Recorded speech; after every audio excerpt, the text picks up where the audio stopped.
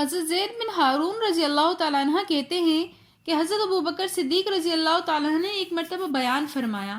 اور اس میں ارشاد فرمایا کہ ایک ایسے بندے کو قیامت کے دن لایا جائے گا جسے اللہ نے دنیا میں بہت زیادہ نعمتیں دی تھیں، اسے رزق میں خوب وسعت تھی اور اسے جسمانی صحت بھی دی گئی تھی، لیکن اس نے ہمیشہ اپنے رب کی ناشکری کی۔ جب اسے اللہ کے سامنے کھڑا کیا جائے گا اور کہا جائے گا کہ تم نے آج کے دن کے لیے کیا کیا، اپنے لیے کون سے عمل آگے بھیجیں، لیکن اس کے پاس کوئی نیک عمل نہیں ہوگا، اس پر وہ رونے لگے گا اور اتنا روئے گا کہ اس کے آنسو ختم ہو جائیں گے۔ پھر اللہ تعالیٰ کے احکام ضائع کرنے کی وجہ سے اس کو شرم دلائی جائے گی اور اس کو رسوا کیا جائے گا، اس پر خون کے آنسو روئے گا۔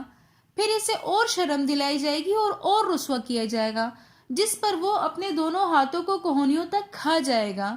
پھر اللہ کے احکام ضائع کرنے پر اسے دوبارہ شرم دلائی جائے گی اور رسوا کیا جائے گا، جس پر وہ اونچی آواز سے روئے گا اور اس قدر روئے گا کہ اس کی آنکھیں نکل کر رخساروں پر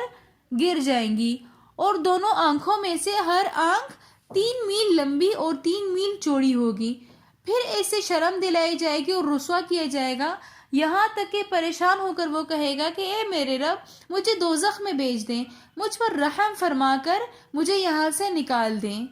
اللہ اکبر۔ اللہ پاک ہمیں اس وقت اپنے عرش کے سائے تلے رہنا نصیب فرمائے اور اللہ پاک ہمیں شکر گزاری والی زندگی گزارنا نصیب فرمائے۔ کمنٹ میں آمین لکھ کر ویڈیو کو شیئر کیجیے گا، ویڈیو کو لائک، کمنٹ، شیئر اور سبسکرائب ضرور کیجیے گا۔ ملتے ہیں نیکسٹ ویڈیو میں، تب تک کے لیے اللہ حافظ۔